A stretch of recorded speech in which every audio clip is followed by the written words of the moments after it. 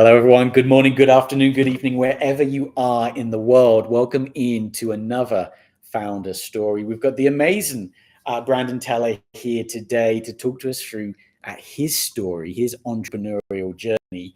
Brandon, welcome in. Thank you so much for being here today. Let's jump into this. Let's talk about that call to action, that key piece of advice that you would give other founders. What is it? Build something people want. That's the hardest thing.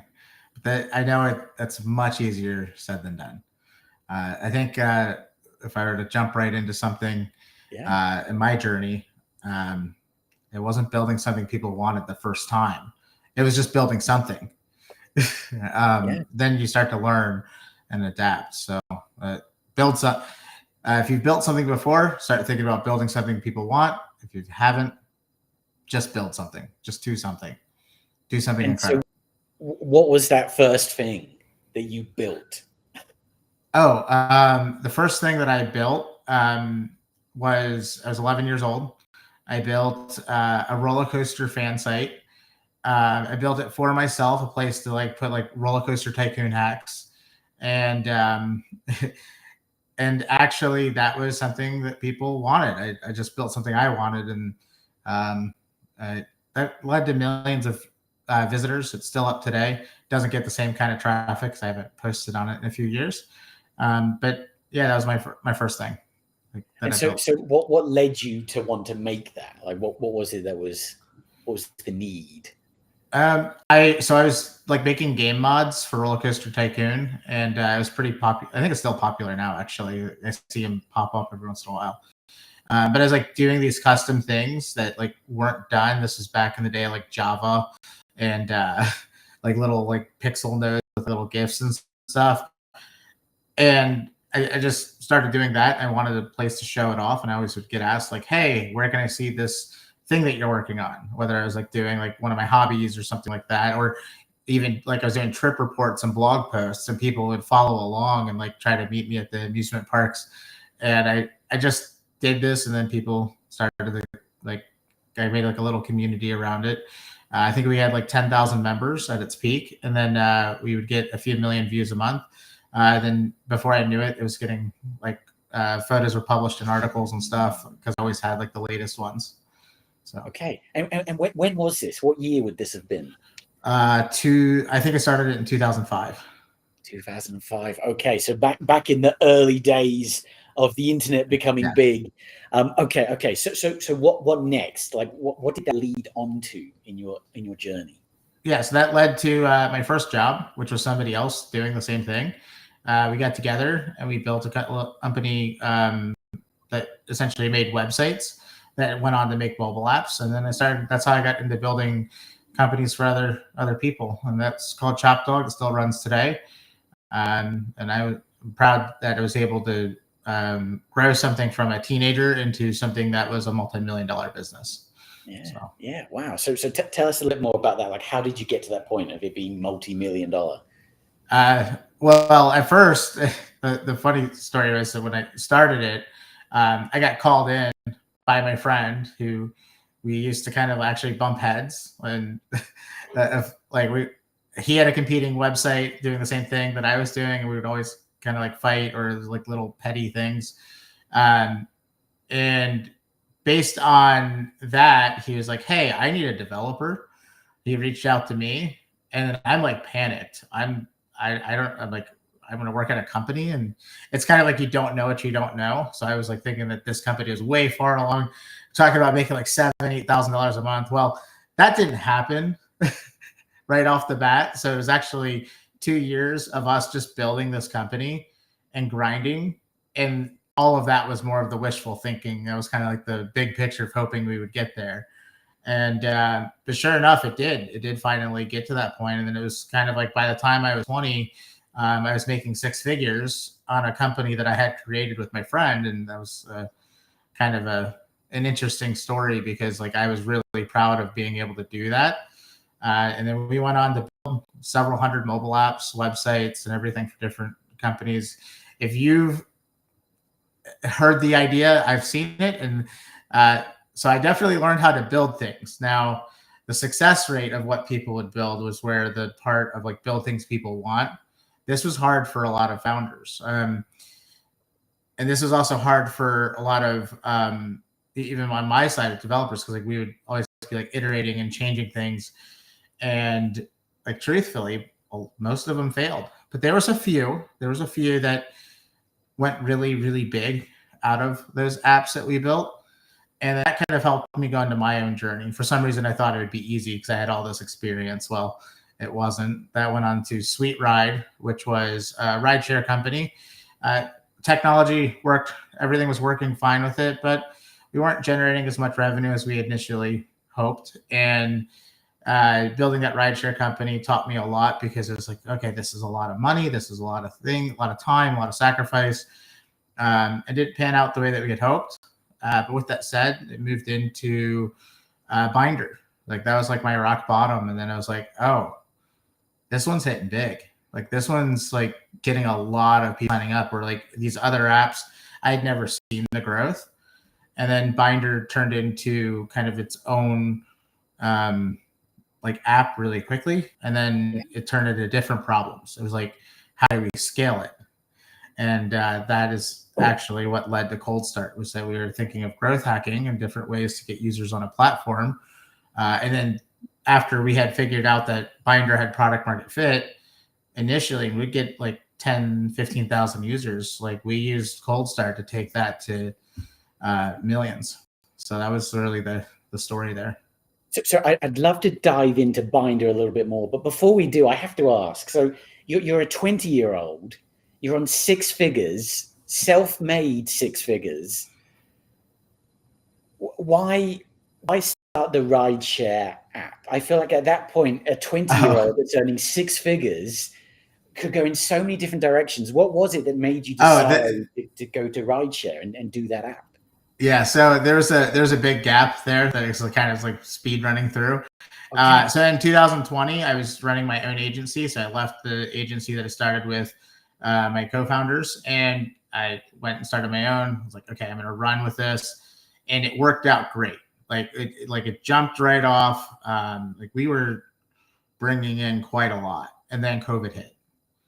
And like all the work, just as soon as it came in, is as soon as it went out. And it was like, wow, what do I do in this? And I was like, I don't want to keep building for someone else. And then my co-founder at Sweet Ride, he came through and he's like, well, hey, I have this idea. I really liked it. He kind of hit all the points that I didn't. So like I was the nerdy guy. He was more of the business charismatic guy. So it was like, it felt like a good fit. And like we just went after that and spent a few years on that, and it didn't pan out the way that we wanted, but I mean, it was still a successful app. It collected a lot of data, it did what it was supposed to, and we actually ended up getting a lot of customers that loved it. Like that was really a cool part of it. But that was kind of the transition of like, why do this? Is because I wanted to take a risk on something that I believe in. And like, I think that's like the entrepreneurial spirit and journey. It doesn't always pan out the way you hope, but when it does pan out, it's really exciting. So yeah. So are there times where that risk-taking nature has backfired or it hasn't worked out? Like, are there any like times where you feel like this really isn't working? Yeah. So I mean, I have a graveyard of startups that never see the light of day. Ones that never get past the drawing board or like the first version of an app. I mean, I'm happy to throw those ones away because those ones are easy. It's always easy to throw away a startup that you've spent like 3 days to a week on, or it's an idea, or you're doing R&D on it, or it wasn't something that really hit. And then eventually you do find something you're like, well, there's people signing up for this. They want it. It's not costing a ton of money to run. There's ways to monetize it. And that was really the Binder story. Binder was one of those projects where it was like, Mary came up to me and it's like, hey, we should do this. Like we should like actually do. You've been talking about Binder for like 4 or 5 years now. It's one of those high in the pie sky ideas where I was like, okay, I'll spend this much money to get users on it. I'm like, you know what? I'll just try building it. Let's put the mobile app up. I won't think about the money side of it at all. And we'll see if somebody signs up for it. And we didn't have messaging working or matching working or any of that stuff. But we got approved on Apple. And after we got approved on Apple, then people started signing up. And it's like, oh, well, we have to fix this really quickly. Because now it's like we have like 400 people that want to use this thing that I didn't think were going to want to use it. And then that's just kind of how it like expanded out. Like it wasn't this like super thought out process, but like it does get me in trouble. Like to your original question, I mean, I could have avoided a lot of startups had I just said like, no, I'm not going to mess with this. But also, I don't think I would have found the startups that I worked on. So it's kind of a catch-22. You gotta keep building. So absolutely. So I'd love to hear like tell us what is Binder. But then also tell us, like, how did that previous experience really help serve you here? Yeah, so Binder is an LGBTQ dating app that's open to everyone. So it's you don't set your sexual orientation. So it's built really mainly for the bisexual, pansexual, LGBTQ community, lesbian community, people that really don't want to be put into any one box. And that's what we found that really works with it.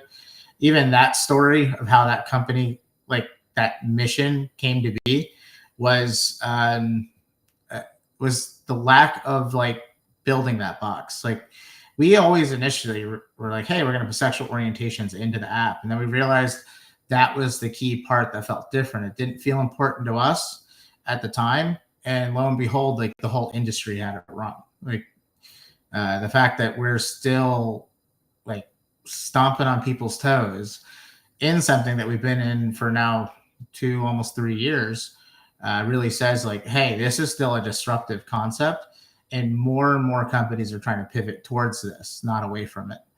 So that's it's been cool. And in terms of like experience, I've done my share of dating apps. So I've done about 4.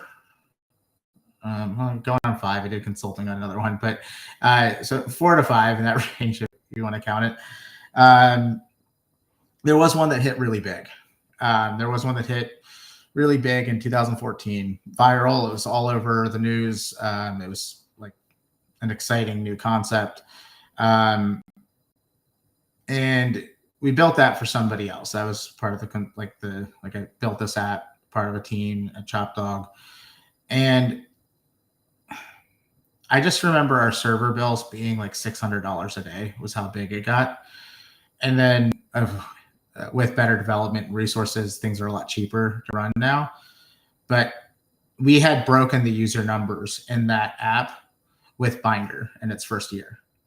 So that told me like, okay, without any publicity, without any like real heavy marketing into this, without any money in this, we were able to do something that got funded at a $10 million valuation for pennies. Like it was like that helped. That helped us like understand what success looked like and at least have a benchmark to be like, okay, 10 users a day might be exciting, but when you're having 6,000 users a day sign up, then you know that, okay, you need to go after those kind of numbers to really succeed in like a consumer world.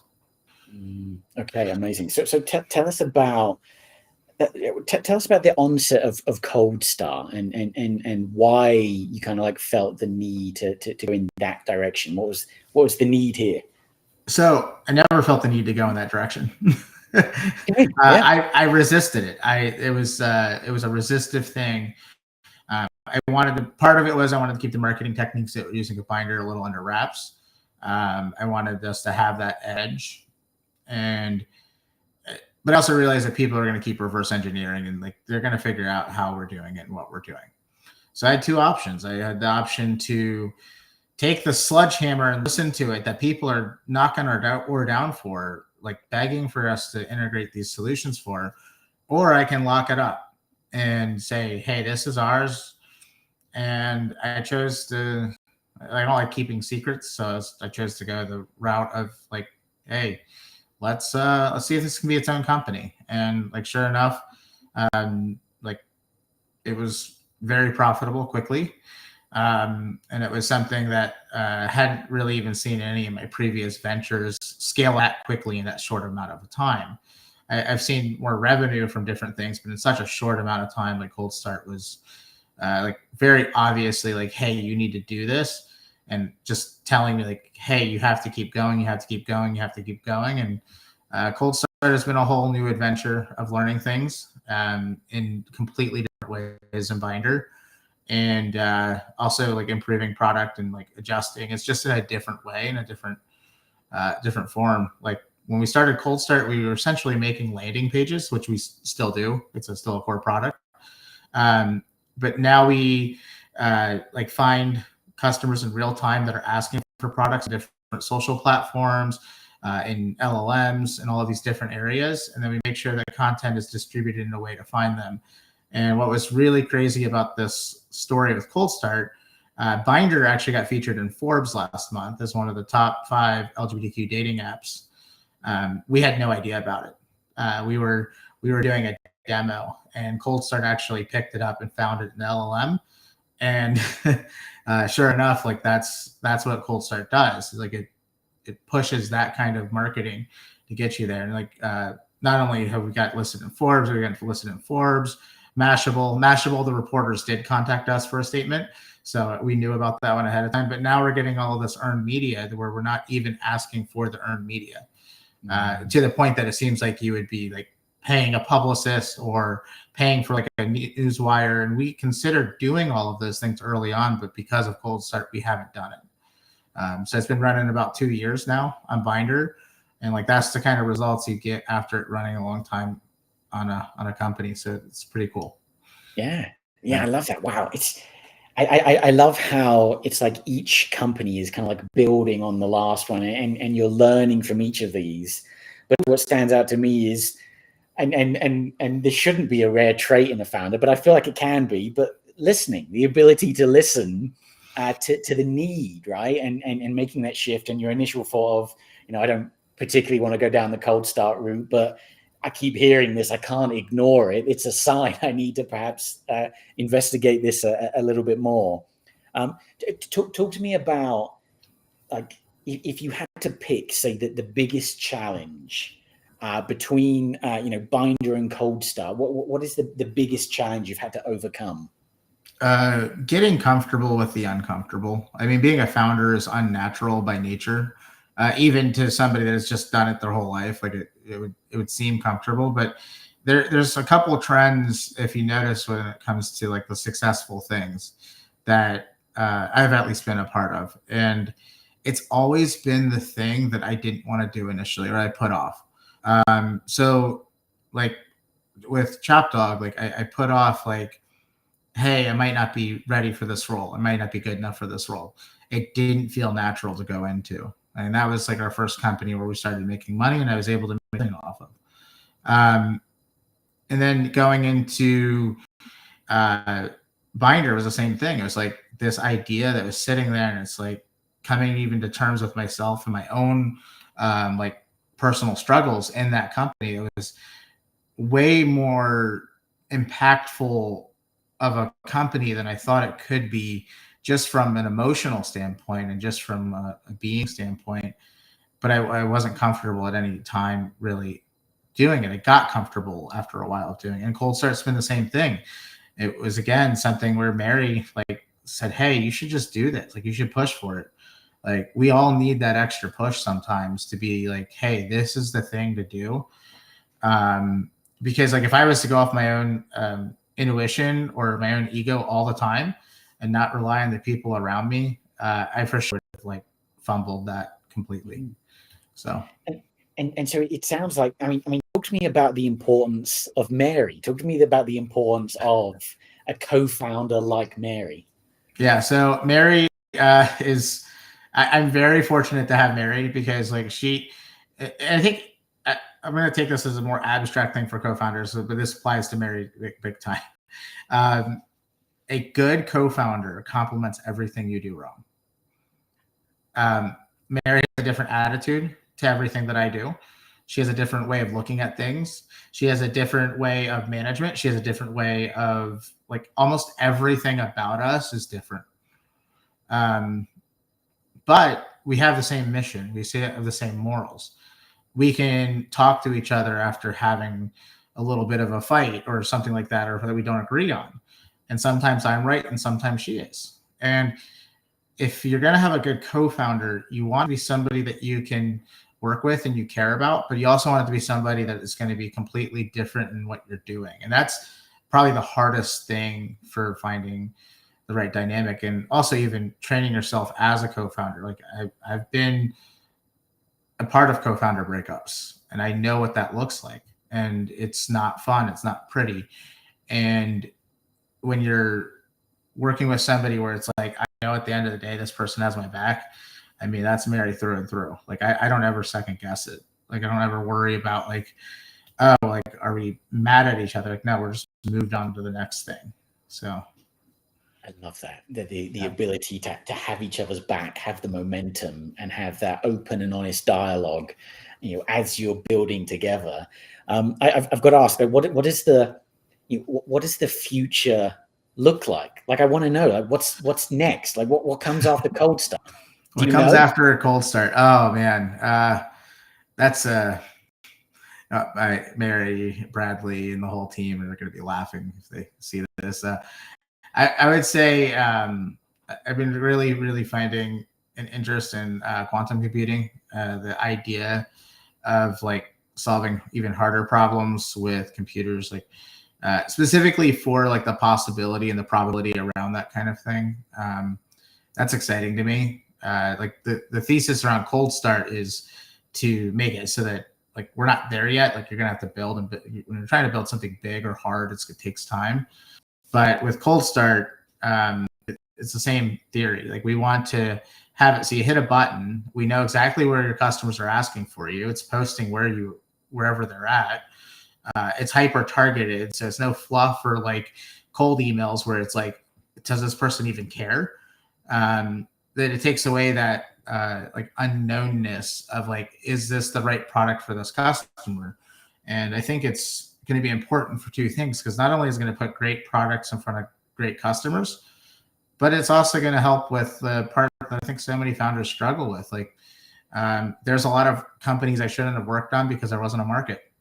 And I think even from that side of it, like it'll bring that to at least light quicker, and it'll help people work on the right things. So I think by finding the thing that people want, Cold Start's going to be able to do that at a level that hasn't been done before.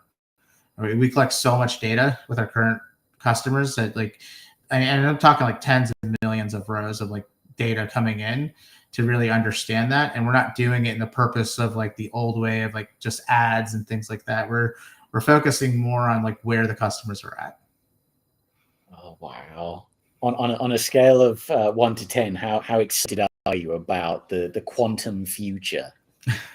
It's 11.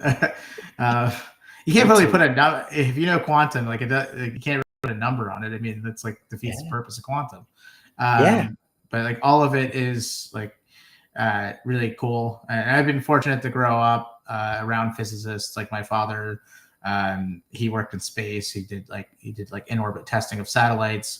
My grandfather was a physics professor. And then my great grandfather was Edward Teller. So it's like, well, great grandfather, uncle. It's a little mix, but like all around physicists. And like I think that's what my blood is, but I'm the odd one out because I'm like more into software.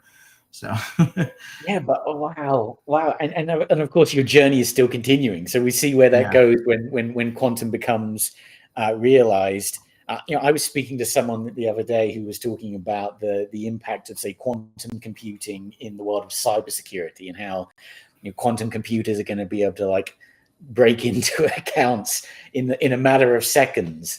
And for me, with that entrepreneurial brain, I'm thinking, what an opportunity if you're someone that's going to be going out there building a cybersecurity company to kind of answer these questions. But the paradox with that, right? Yeah, the paradox with that though is, so if you solve it, like breaking into something with it, then that will also counteract itself of like creating better security measures that can't break. So you get into this stalemate with the two. Same thing with like the theory behind like stock market. Like if one person has like the key to the stock market and can do those advanced calculations and actually know exactly what the outcome is, then everyone has it, then the stock market is utterly useless. So we're going to run into those paradoxical things, but I think where it's less paradoxical will be in advancements in medical technology, things to actually help people, things to push society forward, because all of those other things will cancel each other out, just like we're seeing with AI. Like AI is still getting canceled out by AI. So it's kind of like, I don't see that being a huge issue. I think we're going to start to see the leaps forward, and all of that other stuff will be noise. Okay, so I love that. So I'd love to ask a couple of like off-piste questions. So I'm curious about, what do you think of the role of technology when it comes to social issues? You know, we're talking about equality.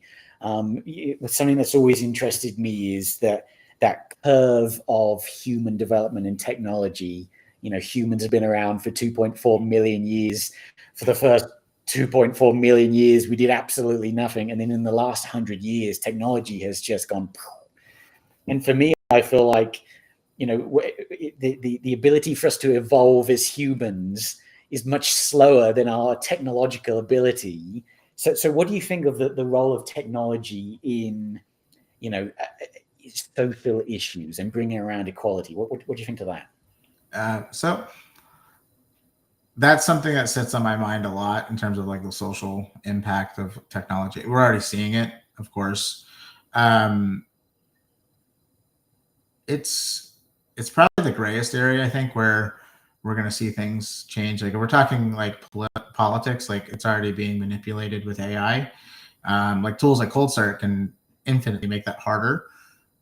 We're well aware of those concerns. And then when you mix into kind of like misinformation being like sent around, then it kind of like goes off the handle.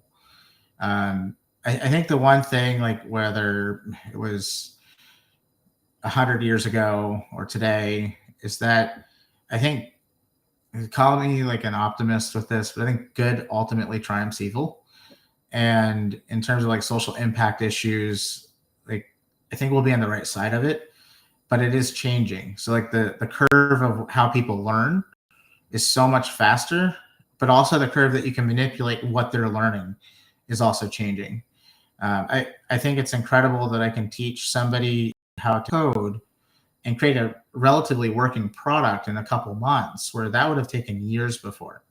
I think it's incredible that we can like work on harder problems that felt so difficult before and easy now. So I think on a society standpoint, that stuff's going to be good.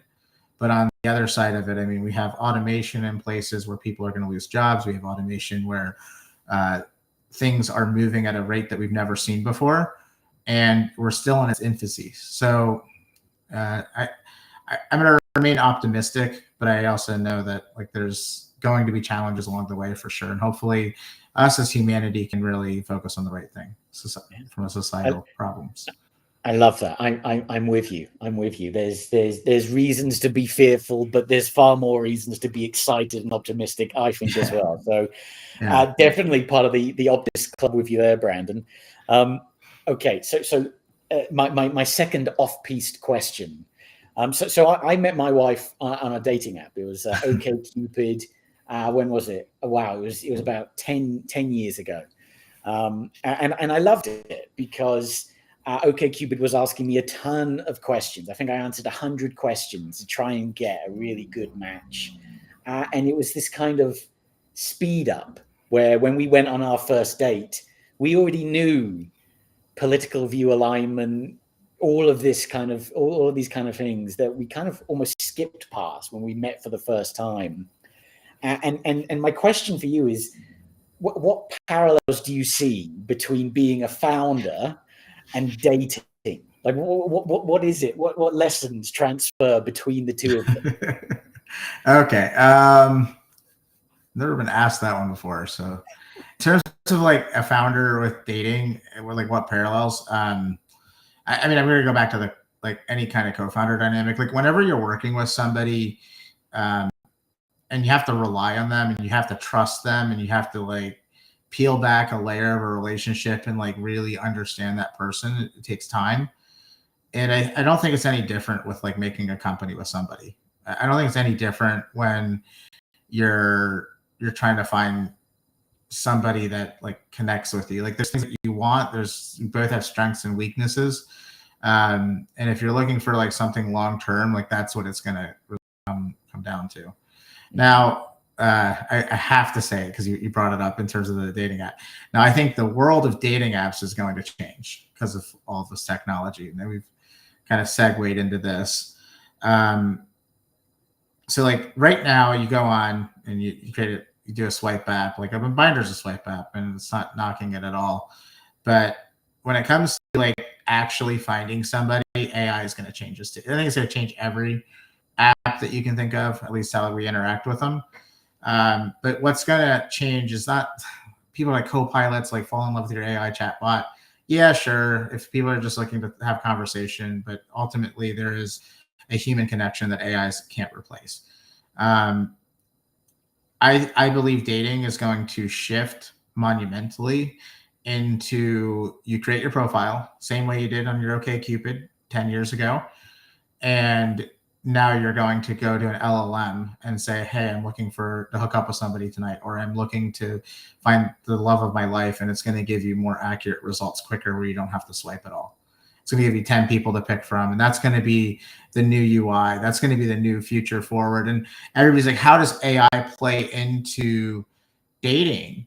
And truthfully, like dating as a consumer mobile app is like been there. It's not going to be a chatbot. It's not going to be a prompt message. It's going to be like, hey, this is exactly who I was looking for. They seem perfect. And we're going to find that person way quicker because of that. Interesting. Oh, wow. I think swipe apps are dead. I think they're dead in the next 5 years. Oh, wow. I would love to just speak on that subject. I find that so interesting. One of my experiences, being a young man on the dating scene was, meeting women in bars and clubs. And I'm a short man, right? And always getting that kind of like, same here. you're too short, and you'd be like, oh man, I'm such a great guy though. I feel like maybe if you got to know me, you would look past that. And so I wonder if when you're talking about the onset of AI here, I guess people might feel more inclined to trust that AI judgment, where the LLM is saying, hey, like I've picked this person, I've done an analysis, I think this person and you would get on really well. Give the pros and cons in a list. Yeah, like right there. And like, then you're not jumping out of it. And that's, if we're talking about how dating is going to change with technology, that's it.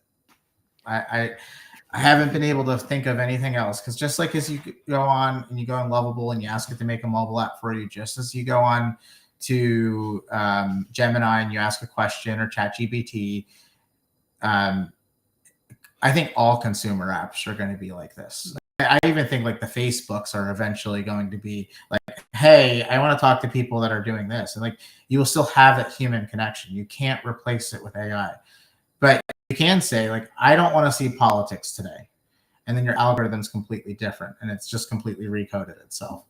And that's where AI is going to change how we interact with consumer apps for the rest of our lives. And I think it's going to be bad. I think it's going to be a positive change, not a negative. AI facilitating better and deeper human connection. Oh, wow. I love that so much. Right. We're at time. Brandon, thank you so much. This has been absolutely incredible. Yeah. Thanks so much, Steve. It's great meeting you.